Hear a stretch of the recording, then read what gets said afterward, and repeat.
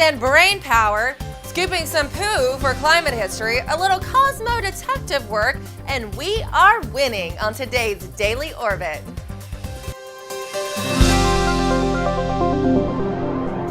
Hello and welcome to the Daily Orbit. I'm Emerald Robinson. Okay, parents, here's a valid excuse for putting the kids to bed at 7:30. A new UK study followed kids from ages 3 to 7 to study the effects of bedtimes and brain power. Specifically, what effect having the same bedtime each night has on a child's brain.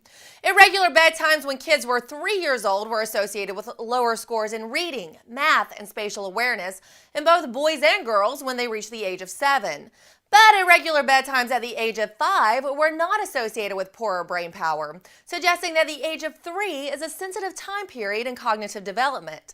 The study authors said that irregular bedtimes could disrupt natural body rhythms and cause sleep deprivation, which affects the brain's ability to learn and retain information. So, in short, put your kids to bed on time for their brain and for a little you time.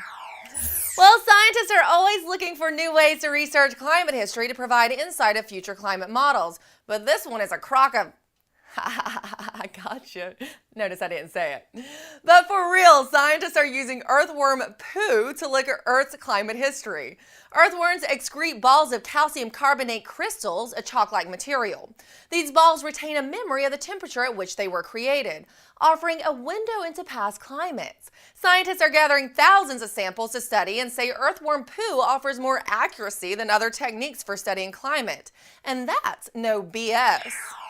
A 135-year-old cosmic mystery may have been solved. Way back in 1877, one scientist noticed small glassy spheres called chondrules embedded in chondrites, the largest class of meteorites. But how did these spherical chondrules even get there? A new theory proposed by a cosmochemist is that planetesimal impacts could have generated rapidly heated, relatively high-pressure, water-rich vapor plumes containing high concentrations of dust and droplets, which created environments favorable for formation of chondrules. He plans to collaborate with other scientists to see if they can recreate these chondrule-forming conditions. How cool would it be when somebody asks you, "So, what do you do?" to be like, "Oh, I'm a cosmochemist. How about you?" Come on, baby. Come on. Mama needs some money. I won. Wait, how much did I win exactly?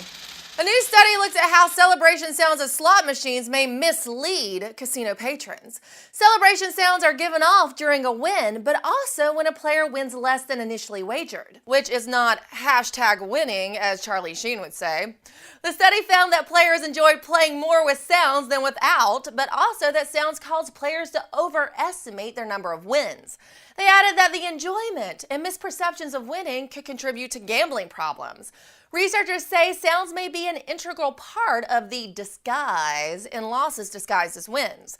You mean casinos might be trying to trick us into spending more money by thinking we're winning? No. And a new in vitro fertilization technique might soon have infertile couples winning in the baby jackpot. The first baby was born in Philadelphia using the new technique called next generation sequencing, or NGS. This in vitro technique guarantees the chromosomal integrity of an embryo before it is returned to the mother. IVF typically has few guarantees, often resulting in abnormalities that prevent a full-term pregnancy.